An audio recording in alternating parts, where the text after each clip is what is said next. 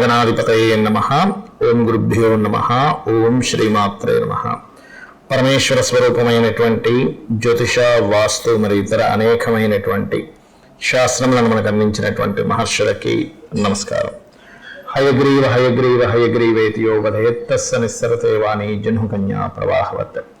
అరుణాం కరుణాతరంగితాక్షీం ధృతపాశాంకుశ పుష్పబాణ చాపాం అనిమాది విరావృతాం మయూకైః అహమిత్యేవ విభావయే భవానీం. శ్రీమాత్రే నమః.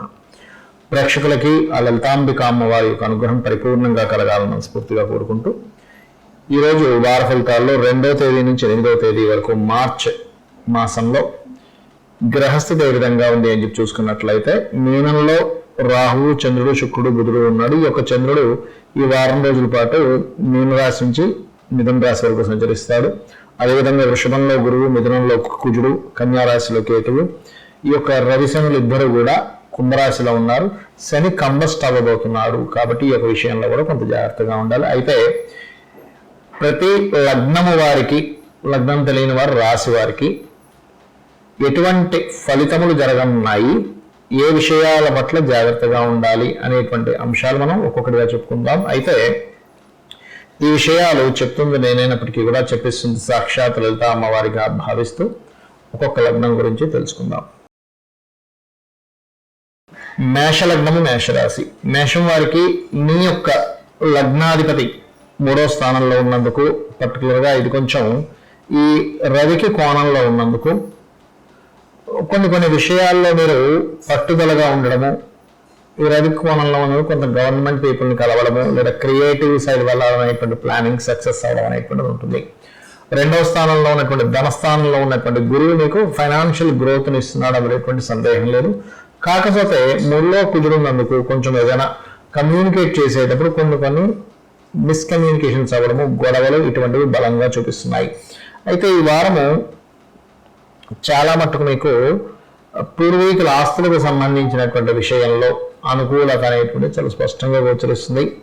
మరియు ముఖ్యంగా 3, 4 తేదీలు చూసుకున్నట్లయితే 3, 4 తేదీలు మీరు ఏదైనా వ్యాపార లాభాలకు సంబంధించినటువంటి విషయంలో కొంత జాగ్రత్త పడాలి. అదేవిధంగా ఈ మేషం వారికి శని కంబస్ట్, అంటే మీకు దశమ లాభాధిపతి అస్తంగత్వ దోషంలోకి వెళ్ళబోతున్నాడు. కాబట్టి ఈ యొక్క అస్తంగత్వ దోషం దాదాపుగా ఒక నెల రోజుల పాటు ఉంటుంది, 20-25 రోజులు దాదాపుగా ఉంటుంది. కాబట్టి ఈ సమయంలో ఉద్యోగ సంబంధించినటువంటి విషయంలోని, వ్యాపార సంబంధించిన విషయాల్లోని కొంత జాగ్రత్తగా ఉండాలి. ఇక వివాహ ప్రయత్నాలు చేసేటువంటి వారికి ఈ వారం చాలా అనుకూలంగా ఉంటుంది. కాకపోతే ఇక్కడ ఏంటంటే 2వ వివాహం, కొంతమంది మొదటి వివాహం డిస్టర్బ్ అవుతున్నారు, అలాంటి వారికి 2వ వివాహ ప్రయత్నాన్ని ఇంకా బాగుందని చెప్పుకోవచ్చు. ఇక మరొక విషయం ఏంటంటే అప్పుల విషయంలోని ఎవరికైనా ధనాన్ని ఇవ్వడము, ధనం తీసుకోవడము, అప్పు మూలకంగా ఇచ్చి తీసుకునేటువంటి విషయాల పట్ల ముఖ్యంగా జాగ్రత్తగా ఉండాలి. ఇక మీకు ప్రమోషన్స్ రిలేటెడ్ సంబంధించిన కూడా కొంతవరకు అనుకూలంగా ఉన్నాయి. బట్ ఏదైనా కూడా మీరు ఉద్యోగ సంబంధించిన విషయంలో కించిత్ జాగ్రత్త వహించాలి. ఇన్వెస్ట్మెంట్స్ ఫలిస్తాయి, అందులో ఎటువంటి సందేహం లేదు. అదేవిధంగా ఈ వారము ప్రధానంగా మీరు 5, 6 తేదీలు ముఖ్యంగా ఫైనాన్షియల్ విషయాలు, అంటే ధన సంబంధించిన కొన్ని చాలా పెద్ద డెసిషన్స్ తీసుకోవాల్సిన పరిస్థితి ఉంటుంది. ఆ యొక్క విషయాల్లో కొంత జాగ్రత్తగా ఉండండి.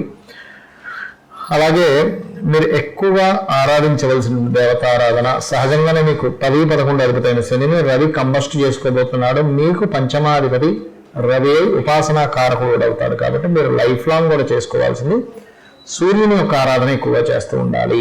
ఎంత మీరు సూర్యుని యొక్క ఆరాధన చేస్తుంటే అంత బాగుంటుంది. మరి అదేవిధంగా కాస్త కుజకేతు గ్రహాల దగ్గర దీపారాధన చేయండి, అన్ని విధాలా మీకు బాగుంటుంది. చాలామంది రాబోయే కొత్త సంవత్సరానికి శని ప్రధానంగా మారుతున్నాడు కదా అని కొన్ని రాసుల వారు ఏలినాడు శని వస్తుంది, లేదా అర్ధాష్టమ శని వస్తుంది, అష్టమ శని వస్తుంది అనేటువంటి భయాల్లో ఉంటూ ఉన్నారు. ఇంకొంతమంది ఏలినాడు శని అయిపోతుంది కదా, అమ్మయ్య మాకు ఫ్రీ అయిపోతాం అనేటువంటి ధీమా కూడా ఉంది. అయితే ఇక్కడ మీరు అర్థం చేసుకోవాల్సింది ఏంటంటే, ఏ గ్రహమైనా కూడా మనకి రవితో సహా 7 గ్రహాలు, 2 ఛాయాగ్రహాలు, మొత్తం 9 గ్రహాల్లో ఏ గ్రహము కూడా మన మీద పగ అనేటువంటిది ఉండదు. పక్కన గుర్తుపెట్టుకోండి. అదేదో పగబడుతుంది, ఈ గ్రహం ఇలా అవుతుంది అనుకోకూడదు ఎప్పుడు కూడా. ఈ గ్రహము ఆ రూపంలో మనకి రిజల్ట్ ఇస్తుంది. అంటే ఎలా అంటే, ఒక బ్యాంకులో మనం లోన్ తీసుకున్నాం, లోన్ తీసుకున్నప్పుడు ఆ లోన్ చెల్లించమని వాళ్ళు వస్తారు. మనకు ఒక లెటర్ పంపించడమో, మెసేజ్ పంపించడమో, ఫోన్ కాల్ చేయడమో, ఇంటికి రావడమో చేస్తారు. అంత మాత్రం చేత వాళ్ళకి మన మీద పగున్నట్టు కాదు, మన మీద ఏదో కోపము, ద్వేషము మనల్ని హింసిస్తున్నట్టు కాదు. నువ్వు తీసుకున్న రుణము కట్టమని అడుగుతున్నారు. అలాగే ప్రతి ప్లానెట్ కూడా, ఇప్పుడు ఉదాహరణకి ఒక సంతానం కారకుడు రవి గురువులు అనుకోండి. ఈ రవి గురువులు మీకు అనుకూలంగా లేదంటే దాని అర్థం ఏమిటంటే పూర్వజన్మల్లో తండ్రికి సంబంధించినటువంటిది, పుత్రులకు సంబంధించినటువంటిది, లేదా దైవ కార్యాలకు సంబంధించినటువంటిది ఎక్కడో నువ్వు సరైనటువంటి న్యాయం చేయలేదు, నీ ధర్మాన్ని నువ్వు పాటించలేదు. అక్కడ నువ్వు చేయవలసింది చేయకుండా ఇంకా వాళ్ళని ఇబ్బంది పెట్టుంటావు ఏదో మార్గంలో, అజ్ఞానంలోనో ఏదో. అందుకని ఇప్పుడు దానికి నువ్వు చెల్లించుకోవాలి. కాబట్టి ఈ పుత్ర సంబంధించిన, తండ్రి సంబంధించిన, లేదా చంద్రుడైతే తల్లికి సంబంధించిన, లేదా ప్రయాణాలకు సంబంధించిన వాటిలో నువ్వు ఖర్చు పెట్టాల్సి రావడం ఇట్లా వస్తూ ఉంటుంది. అదేవిధంగా శని అనుకోండి, అందరూ ఎవరికి అమ్మో శని శని శని పెరిగిపోతుంటారు. అలా కాదు, నువ్వు చేయాల్సినటువంటి నిత్య కర్మ, చేయాల్సినటువంటి జాబు అది సరిగ్గా చేయకపోవడం వల్ల శనికి సంబంధించిన కర్మ వస్తుంది. అంటే నువ్వు చేసినటువంటి పని నీకు మరలా అది మంచిగా అయితే మంచి, చెడు అయితే చెడు రూపంలో వస్తుంది. అయితే ఒక్కొక్క దానికి ఒక్కొక్క డివైస్ లాగా, ఒక్కొక్క సాఫ్ట్వేర్ లాగా ఇది వీళ్ళు ఇవ్వాలి. ఇప్పుడు చూడండి, మనం ఒక బ్యాంక్ వెళ్ళంగానే ఏమవుతుంది, అక్కడ డబ్బు ఇచ్చే క్యాషియర్ పాయింట్లో ఉంటాడు, సెక్యూరిటీ బయట ఉంటాడు, సెక్యూరిటీ చూసుకోవడానికి ఆ బ్యాంక్కి. మేనేజర్ వేరే పర్సన్, ఇంకొక ఆ మొత్తం బ్యాంక్ నడిపించే వ్యక్తి వేరు, అకౌంట్ సెక్షన్లో వేరు, హెచ్ఆర్ డిపార్ట్మెంట్లో వేరు. ఎలా అయితే ఉండి వాళ్ళ విధులు నిర్వహిస్తుంటారో, మన కర్మలు పూర్వజన్మల్లో ఎక్కువగా అప్పులతో ఇబ్బంది పెట్టారు, లేకపోతే అప్పులకు సంబంధించిన విషయంలో సరైనటువంటి మీరు చెల్లించలేదు, ఈ జన్మల్లో అదే అప్పుల రూపంలో మన దగ్గరికి వస్తూ ఉంటుంది. అదేవిధంగా గురువుని దూషించాం, గురువుకు సంబంధించిన గ్రహం రూపంలో వస్తూ ఉంటుంది. అదేవిధంగా కొన్ని విషయాల్లో ఒక క్లారిటీ ఇవ్వకుండా, ఒక మాయలాగా అవతల వాళ్ళకి కొంతమంది అంటుంటారు సార్, చేతిలో అరచేతిలో స్వర్గం చూపిస్తాడండి, నిజానికి ఏమి జరగదు, ఊరికలా చెప్తుంటారు మాటలని.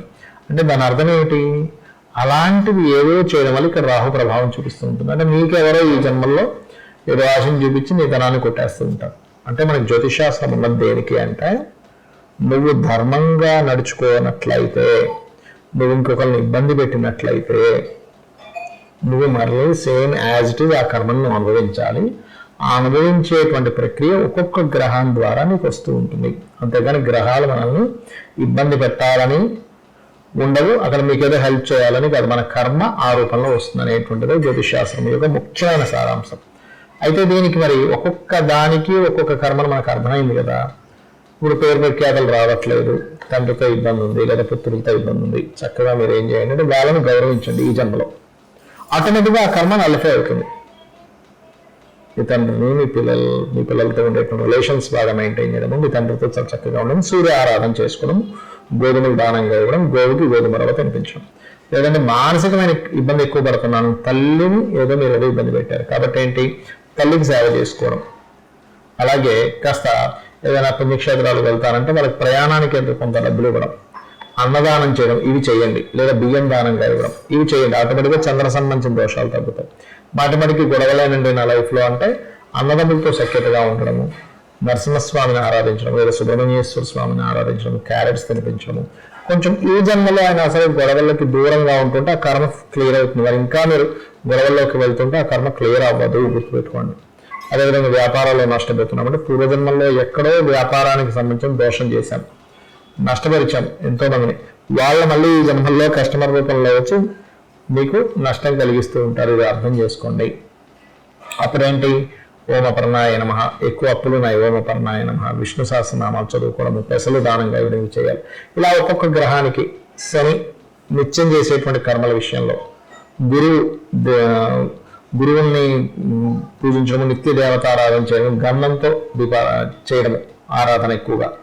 అదే వివాహ సంబంధించిన విషయంలో ఇబ్బంది వస్తుందంటే శుక్రుడికి ఎక్కువగా చేసుకుంటూ శుక్ర గ్రహానికి సంబంధించినటువంటి ఆరాధన చేయడము, స్త్రీలని ముఖ్యంగా ఎక్కువగా గౌరవించడం, రెస్పెక్ట్ ఇవ్వడం. ఎందుకంటే ఇక్కడ ఏదో మిమ్మల్ని ఎవరో వచ్చి ఒక అమ్మాయి వచ్చి మిమ్మల్ని ఇబ్బంది పెడుతుందంటే అక్కడ ఎక్కడో పూర్వజన్మ కర్మ ఉంటుంది.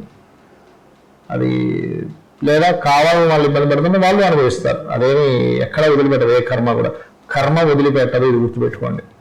అలాగే రాహు కావచ్చు, కేతువుకు సంబంధించిన కావచ్చు, కొన్ని సాఫ్ట్వేర్ రిలేటెడ్ అమ్మమ్మ తాతయ్య ఈ కర్మ రూపంలో వస్తుంది కాబట్టి వాళ్ళకి మనం రెస్పెక్ట్ ఇవ్వడం చేస్తూ ఉండాలి. దుర్గని ఎక్కువ ఆరాధిస్తుండాలి, గణపతిని ఎక్కువ ఆరాధిస్తుండాలి. రాహుకైతే దుర్గా, గణపతి కేతువుకి అయితే గణపతిని ఆరాధన చేస్తూ ఉండండి. శుక్రుడికి అయితే అమ్మవారిని ఆరాధన చేస్తూ ఉండండి. అప్పుడు మీ యొక్క కర్మలు క్లియర్ అవ్వడం జరుగుతుంది. అంతేగాని నన్ను శని బాధిస్తున్నాడు, గురువు బాధిస్తున్నాడు, గురు బలం లేదు అని అనుకోవడం కాదు. ఆ బలము మీ కర్మ రూపంలోనే అది వస్తుంది. శ్రీమాత్రే నమః.